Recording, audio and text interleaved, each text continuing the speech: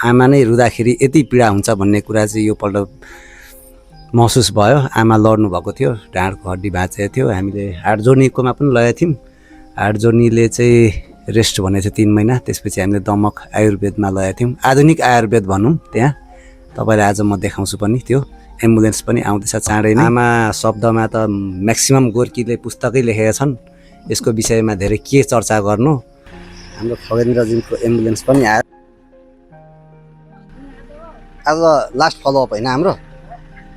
आमालाई लिएर लिम्बू सर्कलमा आइसकेका छौँ। हेर्न सक्नुहुन्छ 2टा त एम्बुलेन्स लागेको छ। कति भिड छ, सिटीहरू हेर्नु, सिटी टेम्पो बाइकहरू हेर्न सक्नुहुन्छ कति छ होइन। यी मान्छेहरू सबै उपचार गर्न आएको हेर्नु त। अनि उहाँको चाहिँ उपचार पद्धति साह्रै राम्रो छ। त्यहाँ चाहिँ के छ भने जाने बित्तिकै सुरुमा एक्सरे हेर्नुहुन्छ। एक्सरे हेरेर चाहिँ उपचार हुन्छ हुँदैन क्लियर कुरा गरिहाल्नुहुन्छ क्या। जस्तै कति पैसा लाग्छ खर्च, कति समय लाग्छ त्यो पनि, अनि हुन्छ हुन्छ हुँदैन हुँदैन। त्यो हुँदैन भनेपछि जबरजस्ती गर्नुहुन्न। अनि उहाँको बिरामी फेरि यी छेउछाउका होइन, टाढा टाढाबाट आउने, पाहाडबाट, मैले क्या ताप्लेजुङबाट आएको, उदयपुरबाट आएको, भोजपुरबाट आएको, धनकुटाबाट आएकोहरू देखेँ होइन। जे होस् च्वाट्टै पार्नुहुन्छ। मेरो आमालाई चाहिँ अब हिँड्न सक्ने बनाइदिनु भयो, मलाई चाहिँ धन्यवाद दिनै पर्छ।